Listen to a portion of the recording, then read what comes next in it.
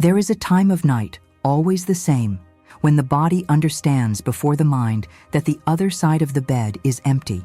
And in that moment, which lasts no more than a few seconds but contains entire years of memory, you feel with brutal clarity that it is not just the physical presence that is missing. It is a whole future that has been ripped away, all the mornings that will not happen, all the conversations that will never be said. And Simone Weil, who died alone in an English sanatorium at the age of 34, wrote that there is a kind of absence that weighs more than any presence, an absence that is not simply the lack of someone, but the constant presence of that lack, like a wound that never closes because you don't want it to close, because closing the wound would be betraying the memory of someone who is gone. And maybe you know exactly what I'm talking about because you've already stretched out your hand in the dark, hoping to find a body that's no longer there. You've woken up smiling with a good dream only to remember in the first seconds of consciousness that that is no longer real, that the person who occupied half of your life is now just a ghost that inhabits half of your bed, half of your thoughts, half of every moment in which you try to be whole but can't, because you learn to exist as part of a whole that has been brutally divided, and modern society tells you to overcome, to move on, to make room for new loves, as if the heart were a closet where you simply take out old clothes and put on new ones, as if you could wake up one day and decide that that person no longer means anything, that those years together were just a closed chapter, that the absence can be filled with the presence of another person But Simone Weil understood something that the culture of quick forgetting and easy healing refuses to acknowledge. She understood that some loves are not meant to be overcome, some absences are not meant to be filled, some wounds are not meant to be healed, because to try to heal them would be to deny the depth of what was experienced. It would be to diminish the importance of those who are gone. It would be to betray the brutal truth that you were forever transformed by that love, and no amount of time or distraction will undo that transformation. Have you ever wondered why sometimes the pain of loss seems to get worse with time instead of getting better? Because the first months of absence are almost bearable in their acute intensity. But then, when everyone expects you to have moved on, the pain sets in with a permanence that is frightening, as if your body has finally understood that this is not temporary, that the other side of the bed will remain empty, that you will wake up alone not just tomorrow, but in all the tomorrows you can see. And maybe it's because at the beginning, you are still in shock, you are still processing, still is in that phase where the mind refuses to completely accept reality. But then, when the shock passes, when reality settles in with all its unbearable weight, is when you finally understand that you are not living a temporary nightmare, but a new, permanent reality. And Simone Weil would say that this moment, this terrible moment, when you stop waiting for things to return to normal, because you finally understand that they will never return. This is the moment where not the healing begins, because there is no cure for some types of loss, but the possibility of living with dignity within the hurt. And if you feel like these words are touching something deep inside you, something you can barely name, but you know is there, pulsing low in your chest every time you lie in the bed that used to be the two of you and is now yours alone, then subscribe to this channel now, because we're going to explore together truths that most people are afraid to look at directly. We're going to walk through the dark territories that Simone Weil had the courage to map out in her brief, but deeply lived life. And you won't want to miss what comes next, because what she discovered about the nature of love that remains even in absence, about the dignity of carrying pain that never completely goes away, about how to honor the memory of those who have passed without being destroyed by that memory, will completely change the way you understand not just your loss, but your entire existence. Because Weil doesn't offer what everyone else offers. She doesn't offer 5 steps to overcome pain or techniques for finding new love quickly. She offers something much rarer and much truer. She offers the possibility of living with the open wound, but with dignity and tact, of carrying absence not as a weight that crushes you, but as part of who you have become. And that begins with a truth that no one wants to tell you, but that needs to be said. The truth that the empty bed will not stop hurting. The pillow that still holds the shape of the head that is no longer there will not stop being. A reminder. Be ruthless of everything that has been lost, The evening routine that you have built together over years is not just going to disappear just because you are now alone and trying to force these things to disappear, trying to speed up the process of forgetting, trying to fill the void with anything that will make the pain stop even for a few minutes is not just useless. It is destructive because you are not dealing with the loss. You are running away from it. And Simone Weil learned firsthand that running away from the pain doesn't make it go away. It just transforms it into something more, deeper and more dangerous, in a kind of suffering she called affliction, which is not just pain, but systematic destruction of the soul. But before we can understand what Weil discovered about how to live with this permanent absence, we must first look directly at it. We must name exactly what is happening when you lie in bed and feel the crushing weight of emptiness beside you. Because only when you stop running away and look directly at the wound can something begin to change. Not the wound itself, but your relationship with it, her. You know that exact moment when the night starts to get too heavy, when the silence in the room is no longer just the absence of sound, but the presence of everything that is no longer there. When every familiar object becomes a mute witness to a life that once existed and now only exists in memory. The toothbrush that you still haven't managed to throw away, even though it's been months. The drawer that you haven't opened because it's full of clothes that still hold the smell of someone who has passed away. The side of the bed that you unconsciously avoid as if it were sacred territory that cannot be violated. And Simone Weil, who spent much of her adult life alone, not by choice, but by circumstance, not by preference, but by a combination of fragile health, radical commitment to her convictions, and an intensity that scared most people, wrote in her notebooks that the absence of the one we love is not just a void, it is an inverted presence, something that exists precisely because it does not exist, that weighs precisely because it has no material weight. And perhaps you have never thought about it in those terms, but you know exactly what she meant, because you feel that presence inverted every time you sit down at the table for dinner and instinctively put down 2 plates before remembering that you only need one, every time you see something funny and turn to share it with the person who used to be next to you, only to find empty space every time you wake up in the middle of the night, and for a split second, in that hazy zone between sleep and wakefulness, you forget that you are alone and reach out hoping to find human warmth only to touch cold sheets. And in those moments, which happen dozens of times a day in the beginning and continue to happen occasionally even years later, then you are not just missing someone, you are living in 2 worlds simultaneously. The real world where the person is gone and the world of habits and memories where the person is still present. And the clash between these 2 worlds is what makes the pain so devastating, because your body has learned for years that that person would be there. Your reflexes have been conditioned by the constant presence. Your routine has been built around another person, and now every reflex is wrong, every habit is broken, every automatic expectation is frustrated, and you begin to understand that no, you have lost just one person.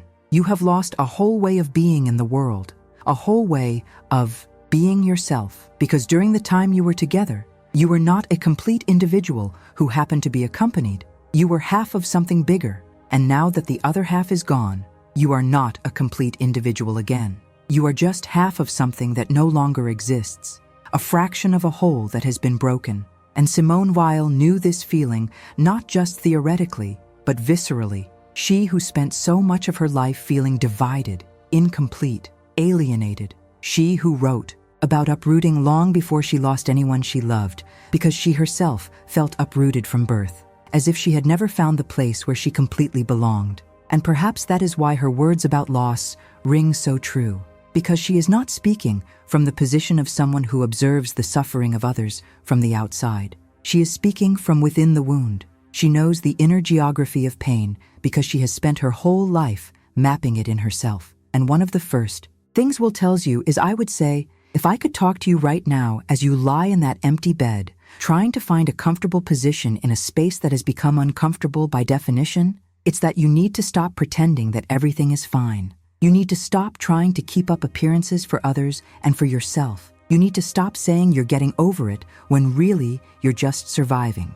Because modern society has this unhealthy obsession with quickly getting over any kind of suffering, as if pain is a temporary inconvenience and not a fundamental human experience, as if you should be functioning normally a few weeks or months after losing someone who was an essential part of who you are. And when you can't function normally, when you keep waking up in the middle of the night with your chest tight, when you still cry in the shower where no one can see, when you still feel that sudden wave of despair in the middle of a seemingly normal day, you start to feel wrong. You start to think that there is something broken in you that others can overcome, but you cannot. And Weil would tell you that this is the first lie that you need to stop believing.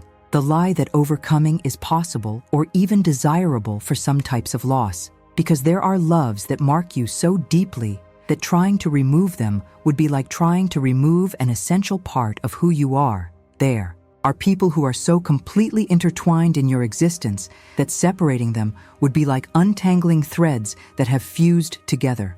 And when these people become vain, when they are ripped from your life, whether by death or by separation or by circumstances that neither of you could control, what remains is not just memory. It is a living absence. It is a hole that bleeds. It is a space that nothing else can fill because it was molded exactly for that specific person.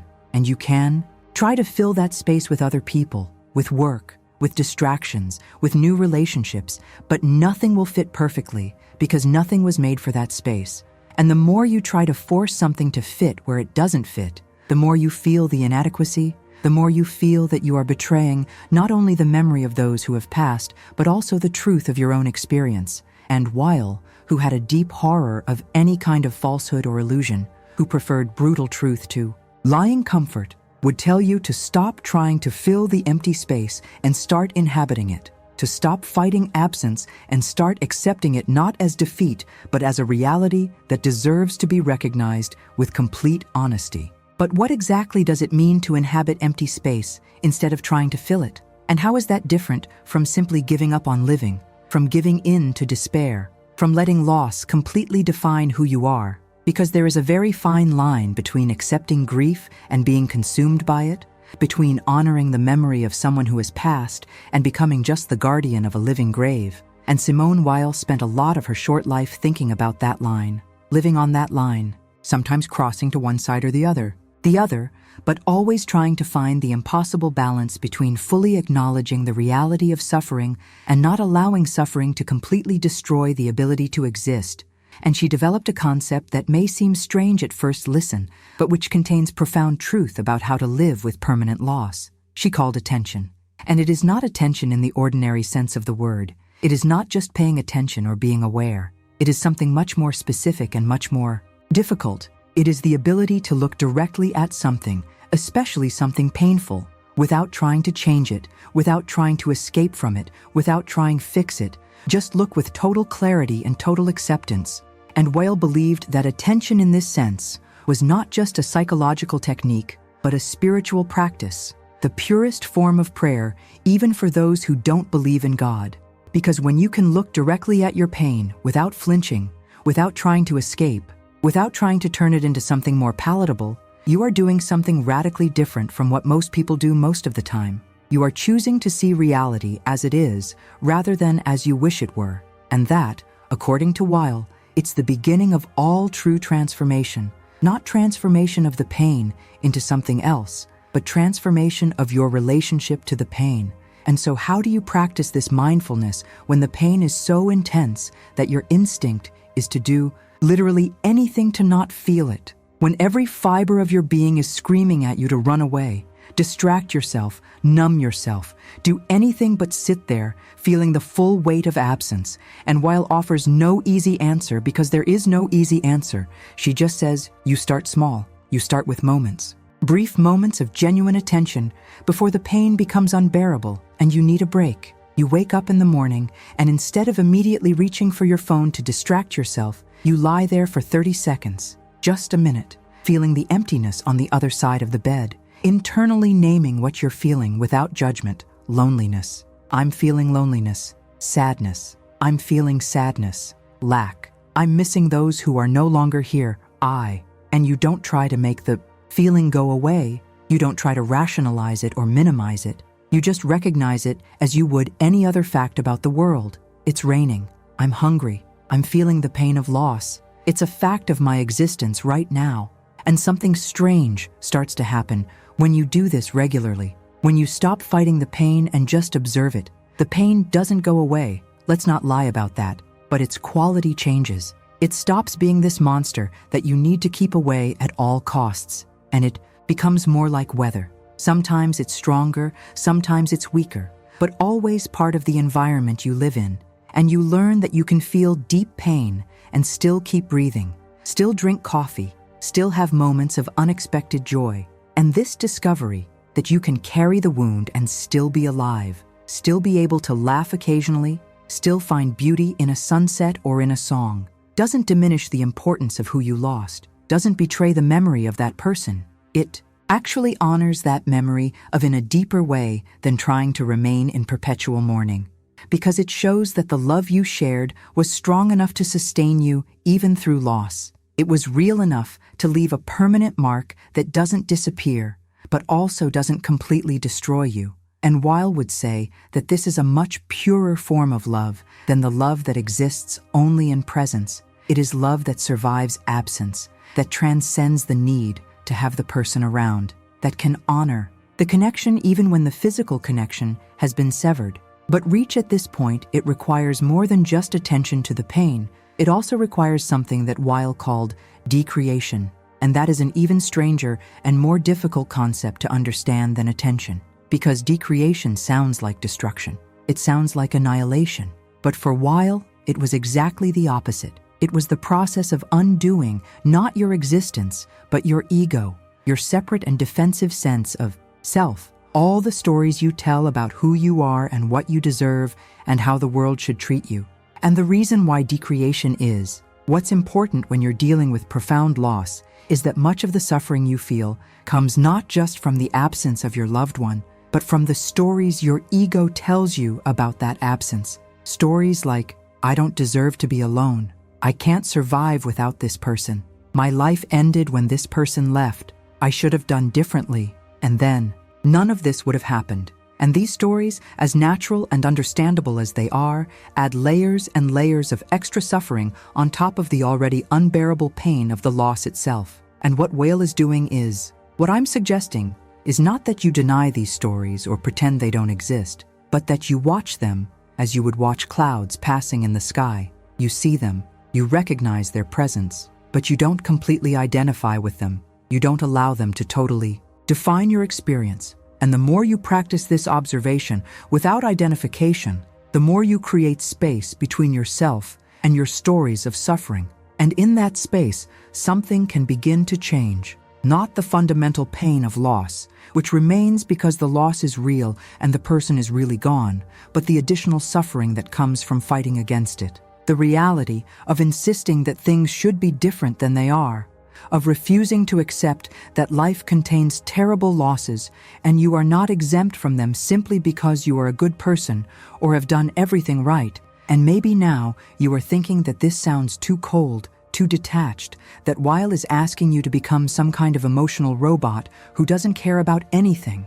But it is exactly the opposite. She is asking you to feel everything completely, to look directly at the total horror of loss without anesthesia, without protection, without the comforting stories that we usually use to soften reality. And only when you can do that, only when you stop adding layers of drama and narrative on top of the raw pain, can you start to live with the pain instead of being destroyed by it. And I know that seems impossible when you're in the middle of the worst of the pain, when waking up in the morning seems like a Herculean task and the idea that one day you'll be able to look at loss without being crushed by it seems like a cruel joke. But Simone Weil lived it. She's not philosophizing from an ivory tower about theoretical suffering. She voluntarily starved herself to commiserate with those without food, worked in factories until her body broke down to understand the suffering of workers, refused to save herself in ways that others around her could because she could not bear to be safe while others suffered, and eventually died at the age of 34,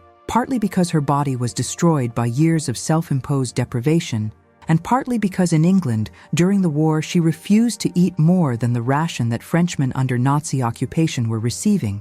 And you might think that this is madness, that this is unnecessary suffering, that Weil took her convictions too far, and perhaps she did. But the point is that she knew viscerally what she was talking about when she wrote about pain, about loss, about living when life becomes unbearable. She wasn't offering platitudes from someone who had never suffered. She was offering testimony from someone who chose to suffer along with the world instead, to protect yourself from it. And so when she says you need to look directly at your pain, when she says you need to inhabit your emptiness instead of trying to fill it, she's not being cruel or uncaring. She's sharing the only path she's found that leads through the suffering instead of running away from it. Because running away from the suffering is possible for a while, but eventually the suffering catches up with you.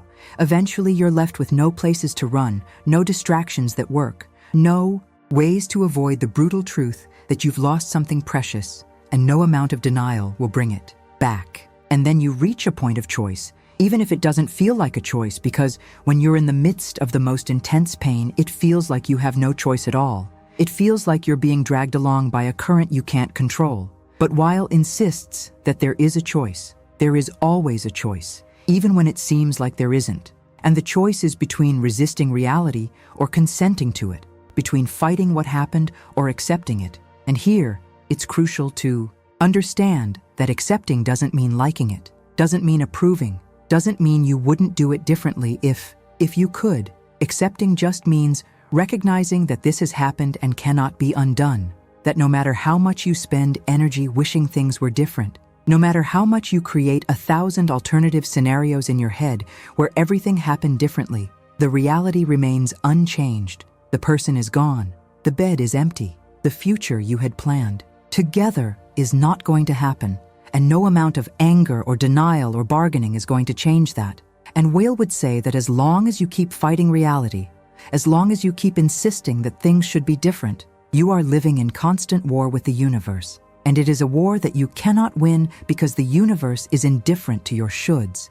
The universe simply is. Things simply happen.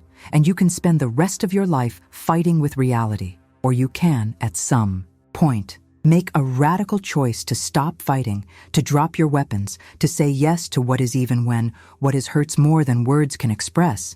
And that doesn't happen all at once. It's not like you wake up one day and decide to accept everything. And that's it. I accept. It's a slow and painful process that happens in layers. You accept a little, then you resist again, then you accept some more. And there are days when you go back 20 steps because the pain hits you from a new angle and you lose all the progress you thought you had made. But Weil would say that there is no linear progress in this kind of journey. There is just constant movement of accepting and resisting, of letting go and grabbing again. And what changes over time is not that you finally accept once and for all, but that the periods of acceptance become a little longer and the periods of resistance a little shorter. And eventually, you learn to live in a state of momentary acceptance, accepting this specific moment without making any big declarations about accepting everything forever, just saying in this very moment, I consent to what is here. In this very moment, I stop fighting. And sometimes that moment lasts 5 seconds before you resist again. And sometimes it lasts 5 minutes. And sometimes, on rare and precious days, it lasts for hours. And in those moments of genuine acceptance, something strange happens. The pain doesn't necessarily lessen, but you feel as if there's more space around it, like you can breathe around it.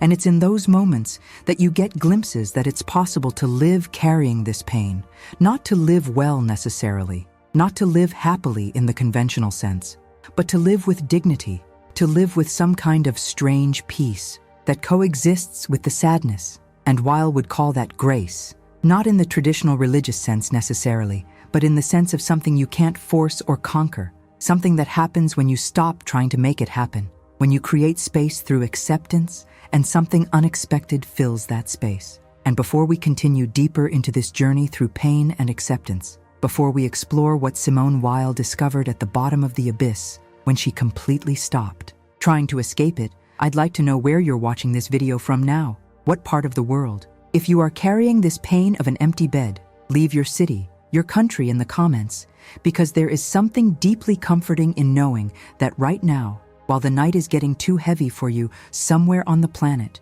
somewhere else on the planet, someone is feeling exactly the same thing, is lying in the same empty bed, is facing the same impossible absence, and maybe Simone, Weil, wherever she is now, would be comforted in knowing that her words about pain and loss continue to reach people who need to hear that they are not alone in their suffering, that there is nothing wrong with them because they can't just get over it and move on. So tell me, where do you watch us from? And now let's go even deeper, because Weil didn't just talk about accepting pain. She mapped out the stages of that descent into the depths of suffering, and what she found there is both more terrible and more liberating than you could imagine, because she discovered that there is a crucial difference between ordinary suffering and what she called affliction. And affliction is not just intense pain. It is not just deep sadness. It is something that simultaneously attacks three dimensions of the human being: the body that feels the physical pain of absence as if it were a literal wound, the mind that cannot stop ruminating on what was lost and what could have been different, and the soul that begins to doubt not only the possibility of future happiness, but the very value of continuing to exist. And when these three forms of suffering come together, when you are feeling the physical pain of loss in your chest, when your mind is stuck in an infinite loop of memories and remorse, and when your soul is asking whether it is worth living, when the person who gave your life meaning is no longer there, that is when you are experiencing affliction in the sense that Weil described. And she knew that affliction has the power to destroy not just your happiness, but your humanity, to make you feel less than human, to make you doubt that you deserve to exist. And the most dangerous thing about affliction is that it comes with feeling that you deserve to be suffering, that there is something fundamentally wrong with you that has caused this loss. And even when rationally you know it's not your fault, that there was nothing you could have done differently, the affliction whispers that if you were better, stronger, more worthy of love, the person would still be here. And this poisonous whisper is what transforms the natural suffering of loss into the systematic destruction of self-esteem. And Weil knew this whisper intimately. She who spent so much of her life feeling unworthy, incapable, less than she should be. She who constantly compared herself to her brilliant brother and felt inadequate. She who said she had second-rate intelligence even though she was recognized as one of the sharpest minds of her generation. And so when she talks about affliction, she's not talking theoretically. She's describing an internal state that she inhabited for much of her life. And what she discovered about affliction is that you can't reason your way out of it. You can't think positive your way out of it. You can't just decide to feel better, and that's it. Because affliction is not just a state of mind. It's a state of being that involves every part of you. And the only way to get through affliction is not to try to escape it, but to go completely down to the bottom. And at the bottom, when you can't go any lower, when you've reached the lowest point you can imagine, and then discovered that there are even lower levels, that's where something can start to change. Not because the pain has lessened, but because you've finally stopped fighting it, finally accepted that this is the bottom, this is the worst it can get. And now that you're here, now that you're no longer wasting energy trying to keep from falling any deeper because you're already at the bottom, you get that strange glimpse of peace. Not peace in the sense of feeling good, but peace in the sense of stopping fighting. And Weil called this moment the moment of total consent, the moment when you finally say yes to reality in all its brutality. Yes to loss, yes to pain, yes to the absence that never completely goes away. Yes to the life that continues even when you don't want it to continue. Yes to the brutal fact that you will have to learn to live with this open wound because it won't close. And in that, yes, in that radical consent to what is, something impossible happens. You don't stop suffering, but it stops being just your suffering. You still feel the pain, but is no longer completely defined by it. There is space around the pain where you can exist too. And that space is where not healing begins, but life within the wound. The discovery that you can be broken and still be alive, can be carrying irreparable loss and still have moments of amazing joy. And you can miss someone who is gone painfully and still find beauty in sunsets or children's laughter or music that touches you in unexpected ways. And none of that diminishes the importance of your loss. None of that means that you've overcome it or that the person wasn't important enough. It just means that you are human enough to contain multiplicity, to be several things at once, to feel deep sadness and unexpected gratitude in the same moment, to carry the memory of lost love and still be open to small moments of grace that appear when you least expect it. And here is where we get to the heart of Weil's thinking about loss, and love, because she discovered something paradoxical, something that goes against everything our culture teaches us about relationships and need and love. She discovered that the purest kind of love is love that does not need the presence of another. Love that survives and even purifies itself in absence. Love that is not based on receiving anything in return, but simply on having loved. And she wrote that to truly love is to consent from a distance, to love the other person not because they fulfill you or complete you or make you happy, but simply because she exists or existed, because she is or was who she is. And that kind of love, love that doesn't need reciprocity or presence or any kind of return, is incredibly difficult because it goes against all of our instincts, because we have been conditioned to think of love as an exchange. I give you love and you give me love back. I make you happy and you make me happy. And when that exchange is interrupted by loss, when suddenly you are loving in the void, loving someone who can no longer reciprocate, who no longer, it's more there to receive your love or give you love back, it seems like love should die too. It seems like there's no point in continuing to love someone who's gone. But Weil would say that it's exactly the opposite, that only when love survives absence does it show its true nature. Only when you continue loving without expectation of return. Do you discover that love was never about return? It was never about what you received. It was always about the ability to love in itself, about opening your heart, about your willingness to be vulnerable and connect deeply with another human being. And that capacity doesn't die when the person dies or when the relationship ends. That capacity remains within you, and the pain you feel now is proof that you loved deeply. It is proof that you were able to open yourself completely to another human being. And that is not weakness. It is not unhealthy dependency. It is not something you should have protected yourself from. It is one of the few genuinely beautiful things that human beings can do, to love so completely that the loss of that love destroys you temporarily. And so the question is not how to stop loving, to stop suffering. The question is how to continue loving in a way that honors both the person who left and yourself who remained. How to transform love that was based on presence and reciprocity into love that can exist in absence and silence.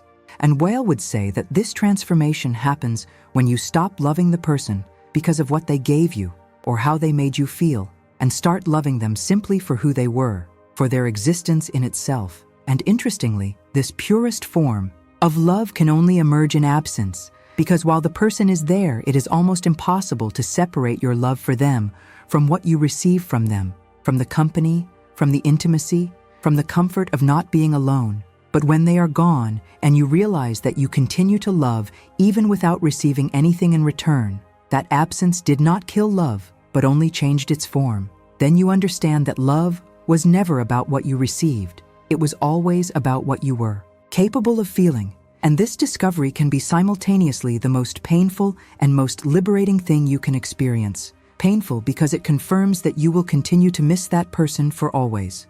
There is no expiration date on true love. There is no moment when you finally get over it completely. But liberating because it shows that the love you feel cannot be taken away from you, can be transformed by loss, but cannot be destroyed. And no one can take away the experience of having loved from you. No one can erase the moments you shared.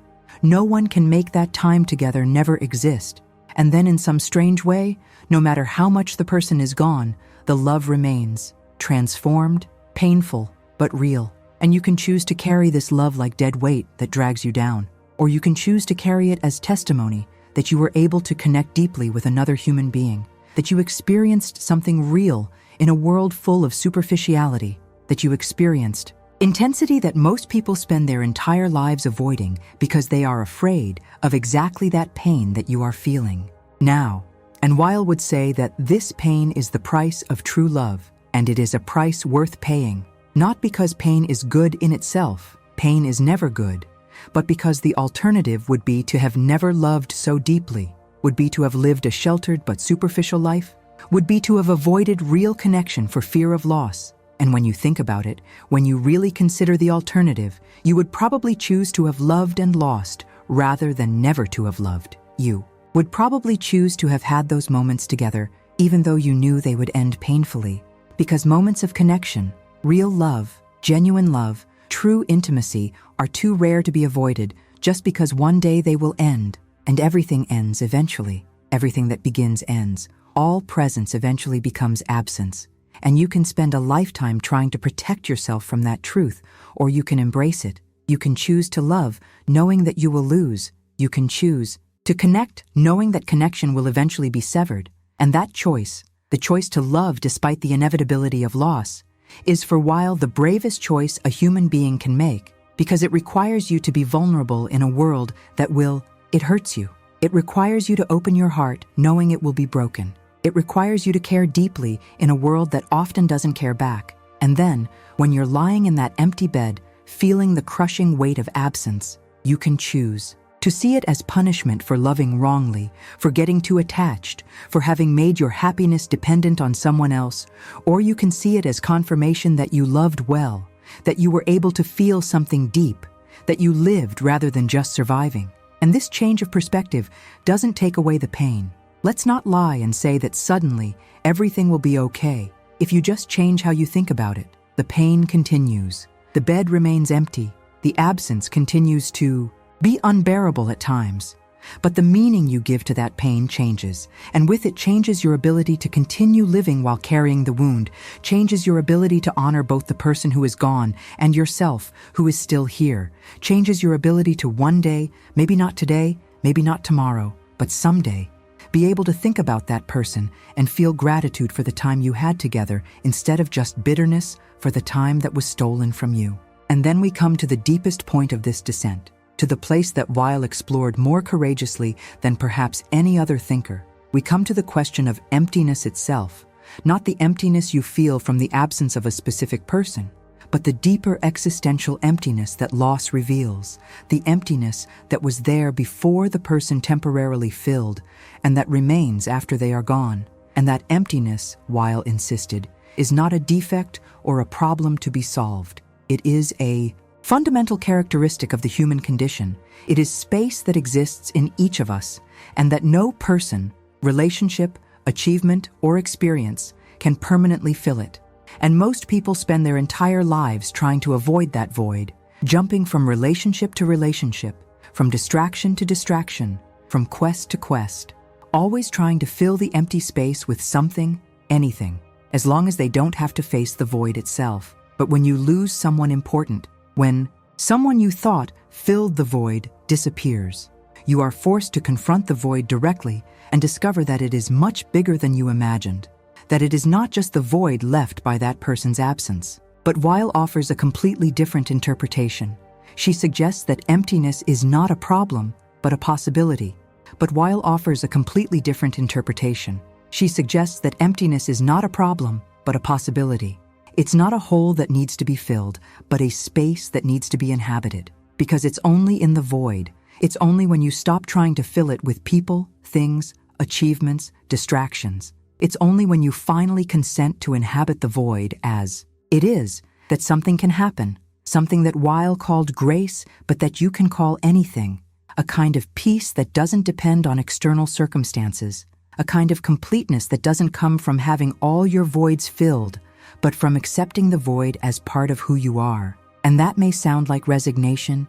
It may sound like giving up on seeking connection and love and meaning. But again, it's exactly the opposite. Because when you accept this is the emptiness, when you stop desperately needing someone else to fill you, you become able to relate to others in a more free, less needy, less possessive way. You become able to love without clinging, to connect without depending, to be together without losing yourself. And paradoxically, it is only when you accept that you can survive alone, that you can inhabit your emptiness without being destroyed by it, that you become truly capable of being with another because you are no longer using the other to escape yourself. You are choosing to be with him from a place of inner fullness, even if that fullness is fullness that embraces emptiness rather than denies it. And Weil lived that truth radically, she who had never had a long romantic relationship, she who spent so much time alone, she who wrote that accepted loneliness becomes aloneness, that when you stop fighting being alone and simply inhabit your aloneness with full attention, it turns into something different, not companionship. You are still alone, but a different kind of aloneness, Aloneness that is not terrifying emptiness, but sacred space where you can finally find yourself without masks, without performances, without the need to be anything other than what you are. And then, when you're lying in that empty bed in the middle of the night, feeling the unbearable weight of absence, you can make choice. You can keep fighting the emptiness, trying to fill it with memories, fantasies, new relationships, distractions, anything that makes the emptiness seem less empty for a few moments. Or you can do what Weil did. You can turn directly to the emptiness and say, "Come, I'm ready. For you, I'm going to stop running away. I'm going to inhabit you completely. I'm going to go down to the bottom of you and see what's there. And in the beginning, what's there is terror. It's the feeling that you're going to dissolve into the void, that there's nothing to hold you, that you're going to fall forever. But if you can stay there, if you cannot run away, even when every instinct is screaming at you to run, something starts to change. The void starts to feel less threatening. It starts to feel more like open space than a black hole.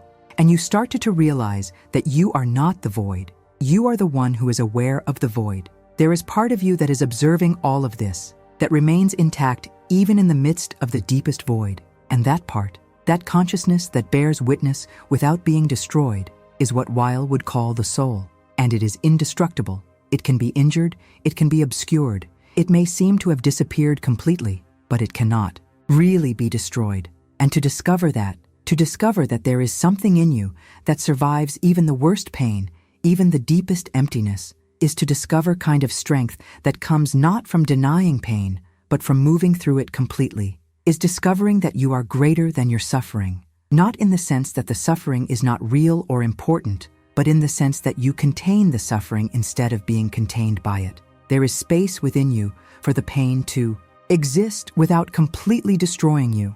And that space is what Weil was trying to create through practices like mindfulness, decreation, consent. She was trying to create internal space large enough to contain all the pain of existence without collapsing. And she believed that creating this space was not only possible, but necessary, not optional for anyone who wants to live well, but requisite for any life genuinely lived. Because life without pain is not possible. You can avoid some pain through careful choices, but you cannot avoid all of it. Loss is inevitable. People die, relationships end, bodies age and fail, and you can spend your life trying to protect yourself from it all, or you can develop the ability to stand while it all happens. And the only way to develop that ability is to practice, is to start with small pains and learn to inhabiting them, observing them without running away, and gradually developing spiritual muscles that allow you to remain present even when the pain grows greater. And now that you are in the midst of the greatest pain you have ever faced, now that you are lying in that empty bed, wondering how you are going to survive another night, another day, another week of unbearable absence, now perhaps it is time to start practicing not running away, to start inhabiting the empty space instead of trying to fill it, to start observing your pain attentively instead of being swept away by it. And I know that seems impossible. I know that when you're in the middle of the storm, the last thing you want to hear is that you need to stay in the storm instead of seeking shelter. But Weil discovered that there is no real shelter. All forms of shelter are temporary. All distractions eventually fail. And so the only real option is to learn to stay in the storm without being destroyed by it. To learn to be like a tree that bends in the wind but doesn't break, which has roots deep enough to remain standing even when everything around it is falling.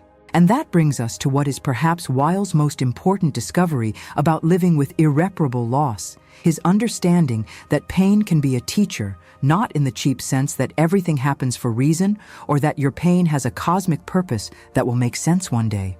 Weil would never say something so simplistic, but in the sense that when you stop running away from pain and start paying real attention to it, it teaches you things you couldn't learn any other way.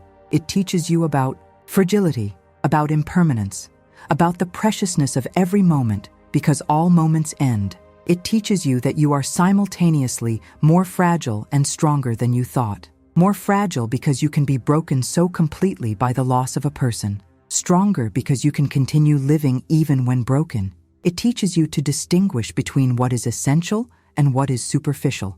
Because when you are at the depths of pain, you discover that most of the things you thought were important are not, that social status does not matter, that money does not matter, that professional achievements do not matter, that the only thing that what really matters is genuine connections with other human beings and your ability to be present to life as it is.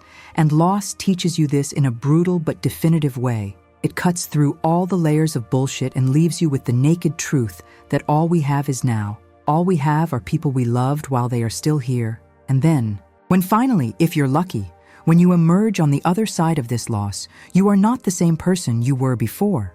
You have been transformed in ways you can barely articulate. You know things you didn't know before. You value things you didn't value before. You live differently because you learned in the most painful way possible that life is precious and fragile and can end at any moment. And Weil would say that this is the lesson that pain came to teach you, not that you deserve to suffer or that you had to learn this lesson, but simply that since you are suffering anyway, since the pain is here and cannot be avoided, you can choose to learn from it or you can choose to just be destroyed by it. And learning doesn't take away the pain. You don't learn the lesson. And then the pain, it magically disappears. You learn the lesson and the pain remains. But you are different. You see the world differently. You relate to your own life differently. You understand viscerally and not just intellectually that nothing lasts forever, that all presence eventually becomes absence. And so instead of taking the people around you for granted, you pay real attention to them. You are present when you are with them instead of mentally being in 1,000 other places. You say, I love you more easily because you know you may not get another chance.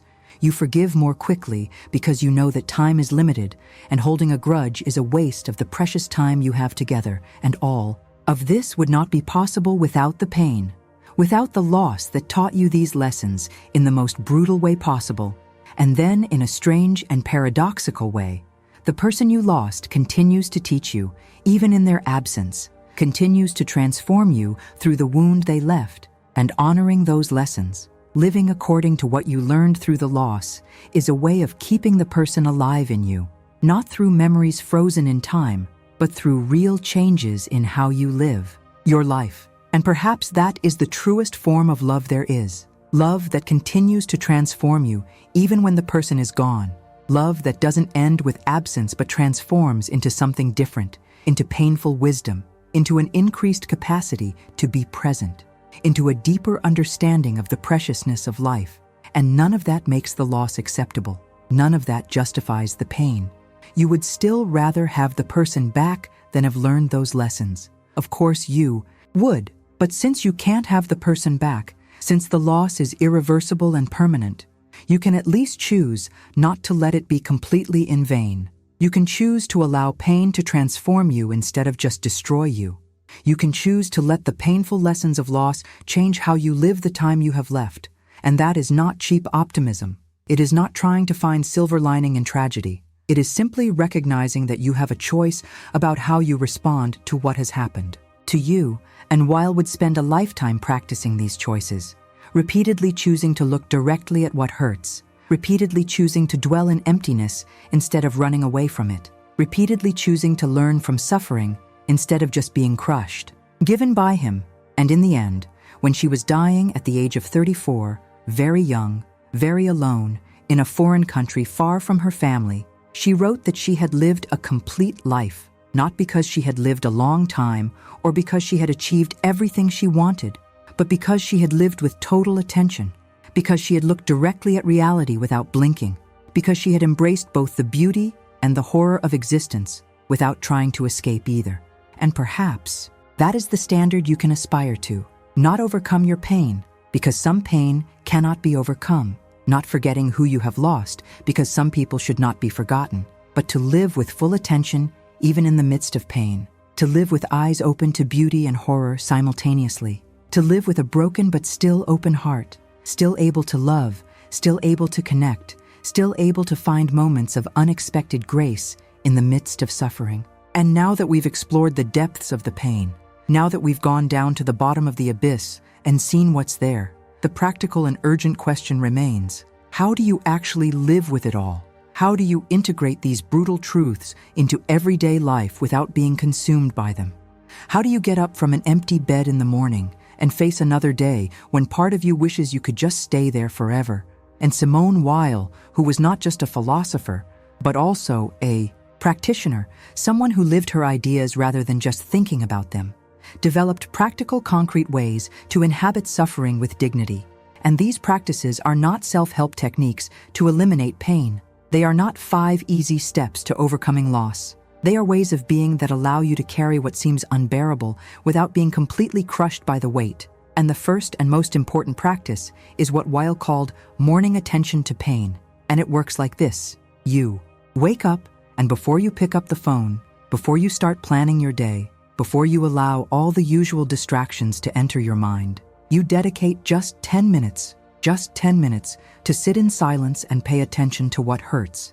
And it is not meditation. In the traditional sense, you are not trying to empty your mind or achieve a state of peace. You are doing exactly the opposite. You are deliberately paying attention to what hurts most, to the feeling of emptiness in the bed, to the lack you feel in your chest, to the absence that weighs like presence, and you simply observe. You don't try to change. You don't try to fix. You don't try to find a positive side. You just observe and name internally what you are feeling. Today, loneliness is here. Today, the lack is present. Today it hurts, particularly because yesterday was her birthday. You just acknowledge it without judgment, without trying to make the feeling go away. And what happens when you do this regularly is that the pain starts to lose part of its power to take you by surprise. You are no longer being ambushed by it during the day because you have already faced it in the morning. You have already given it space to exist, and paradoxically, this makes the rest of the day a little more bearable. Not because the pain has lessened, but because you are no longer wasting energy trying to avoid it. And the second practice is what Weil would call attention to the beauty in the midst of the ugly. And it works like this: when the pain is particularly unbearable, when you feel like you are going to be swallowed by it, you deliberately look for something beautiful. It could be the sky outside, it could be music that touches you, it could be poem that resonates. It could be anything that you recognize as beautiful, and you give your full attention to that beauty for 5 minutes, just 5 minutes. You are not using beauty to escape the pain. You are not pretending that the pain does not exist. You are simply reminding yourself that reality contains both pain and beauty, that both can coexist, that you can be suffering deeply and still be able to recognize that the sunset is beautiful, and that does not lessen your pain or make your loss any less significant. It simply reminds you that you are big enough to contain both, that you can be broken and still be able to see beauty. And Weil believed that attention to beauty was spiritual practice because beauty forces you to step outside of yourself for the moment, forces you to pay attention to something other than your own pain. And this, even if it only lasts a few minutes, can be enough to remind you that there is a world beyond your suffering. There is a greater reality that continues to exist even when your personal life is in pieces. And the third practice is about letting go of the narrative, because your mind tells stories about your pain, tells stories about how this will never get better, about how you will always be like this, about how you should have done things differently. And these stories, however natural they are, add layers of suffering on top of the pain that is already unbearable. And then the practice is simply notice when you're telling these stories and gently let them go. Don't suppress them. Don't pretend they don't exist. Just recognize this is the story my mind is telling. It's not necessarily true, it's just thought passing by, and then go back to the raw feeling of the pain without all the narrative around it. And what you discover when you do that is that the raw pain, the physical feeling in your chest, the literal emptiness of the bed, is more bearable than the pain with all the stories of how you're a victim, or how your life is over, or how you'll never be happy again. The pain in itself, without the stories. It's intense, but it has a beginning and an end. It comes in waves, and you can ride the waves if you're not also carrying the weight of all the narratives about what the pain means. And the fourth practice is to do it without ego, to keep living your life, going to work, fulfilling responsibilities, but without demanding that these activities fill the void or make you feel better. You do it because it's what there is to do, because life goes on even when you don't want it to go on. And there is something deeply liberating about doing things without expectation of reward. Emotional in working well, simply because it is your job. In being kind to others, simply because you are the right kind of person to be, without expecting it to cure your pain or make you feel better about yourself. And the fifth practice, perhaps the most difficult, is to consent to the day, and it works like this. When you wake up, before you know what the day will be like, you choose to accept what comes. Accept that it may be a difficult day. It may be a day with intense waves of pain. It may be a day when you can barely function, or it may be a surprisingly bearable day. And you, in advance, you consent to any of the possibilities. You say yes to the day before you even know what the day will bring. And when the day brings pain, as it often does, you remember that you consented. You chose to accept whatever came, and that, strangely, makes it easier. It doesn't make the pain less, but it makes it less shocking, less of a violation, because you had already said yes to it. And the sixth practice is to write a letter to the pain. Once a week, you sit down with paper and write to your pain as if it were a person. Dear solitude, dear loss, dear emptiness, and you write honestly. You are grateful for what she taught you, even if you didn't want to learn. You acknowledge the weight you are carrying. You ask for strength to carry on.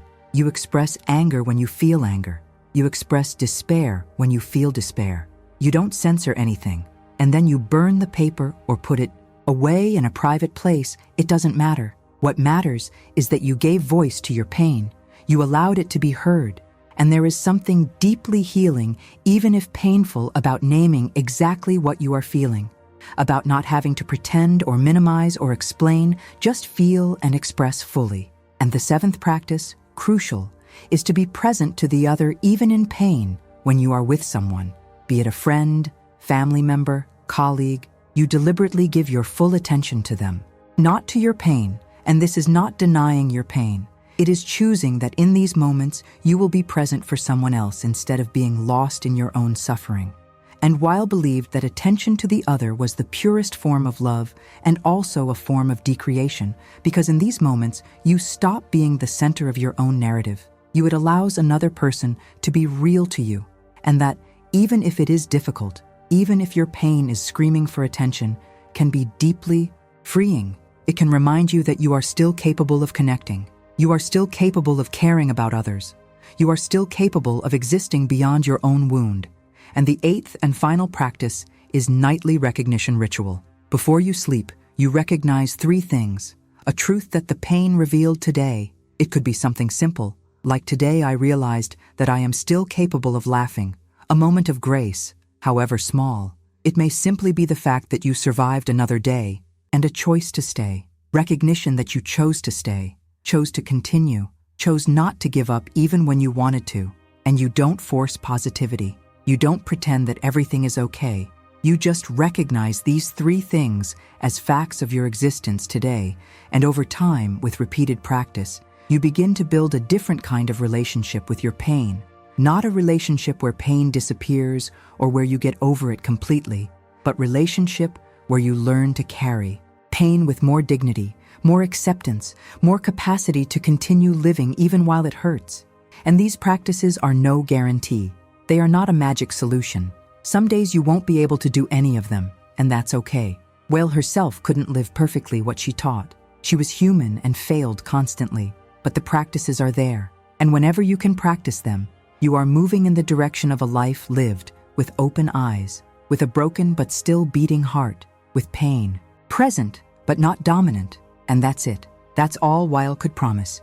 No cure, no overcoming, just the possibility of continuing with dignity. And now we come to the end of this journey through pain, through Simone Weil's profound discoveries about how to live when life becomes unbearable. And I see you. I see that you had the courage to stay with me this far, to look directly at truths that most people avoid, to not run away when it got hard, when words touch the wound you carry. And that already says something about who you are, says that you are among the few who prefer painful truth to comfortable illusion, that you have the courage to descend to the depths of pain instead of just floating on the surface. And Simone Weil would recognize this in you. She who spent a lifetime seeking truth, even when truth was brutal. She who chose to suffer with others rather than protect herself. She who looked straight into the horror of existence and didn't look away.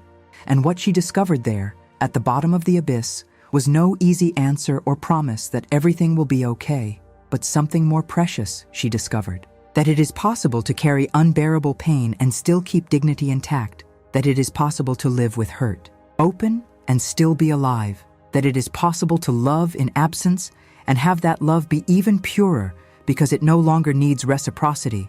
And the empty bed that brought you to this video, the absence that weighs like presence, the emptiness that wakes you up in the middle of the night, all of this is not a defect of your soul, but proof that you loved deeply, that you were able to open yourself completely to another human being, and that capacity did not die when the person was gone. It remains in you, transformed, painful, but real, and you don't let it go. Of being alone just because you accept loneliness, you don't stop missing it just because you consent to its absence. But something changes when you stop fighting. When you finally say yes to reality in all its brutality, the pain doesn't disappear, but you discover that you are bigger than it, that there is room in you for the pain to exist without destroying you completely. And perhaps that is the grace that Weil spoke of, not the elimination of pain, but the ability to stand while the pain continues, not the end of suffering, but the discovery that you can suffer and still be alive. And if you did, you feel that something changed inside you during these minutes we spent together. If some truth here resonated with a deep part of your soul that you barely knew existed, then leave a like on this video, because it shows me that these words are reaching those who really need them, those who have the courage to look at what hurts instead of continuing to run away, and subscribe to the channel so we can continue this journey of looking directly at the truth, even when it hurts, because there are others who are walking this same path, and you don't have to walk alone. And now, having walked together this descent through pain and truth, all that remains is to recognize that this is not the end but the beginning of life lived with open eyes, with recognized wound, with love that survives even in absence. And Simone Weil, who died alone but never truly alone, because her words continue to reach souls like yours through the decades. She would tell you that accepted solitude turns into solitude, that when you stop fighting against being alone and simply inhabit your solitude with complete attention, it becomes sacred space where you can finally find yourself without masks, and the love you still feel for the person who is gone. Love that hurts because it can no longer be expressed. Love that remains even when it should have died with absence. That love is proof that you were capable of something rare and precious. You were able to love so deeply that the loss almost destroyed you. And that is not weakness. It is the bravest thing that a human being can do. Love knowing that you will lose, open your heart, knowing that it will be broken.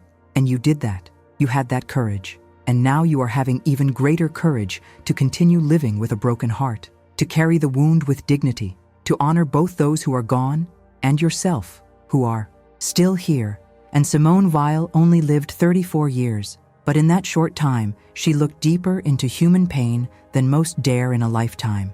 She found no cure, but she found dignity. She found no escape, but she found meaning. And perhaps that is what we are all really looking for. Not the absence of pain, but the ability to carry pain with truth, with attention, with love. And you are not alone on this journey. And the pain you carry, no matter how heavy it is shaping you into something that you still cannot see. But one day you will recognize, keep looking, keep feeling, keep living, because that is exactly what Simone Weil would do. She who until the last moment of her life kept her eyes open to reality. She who never ran away even when escape would have been easier. She who showed that it is possible to live with an open wound and still live with dignity. And that possibility is available to you too.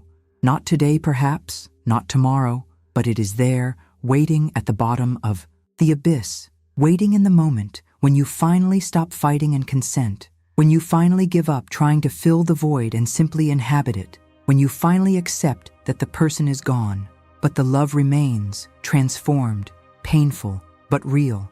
And in that moment of total acceptance, in that moment when you finally say yes to life as it is and not as you would like it to be, something impossible can happen.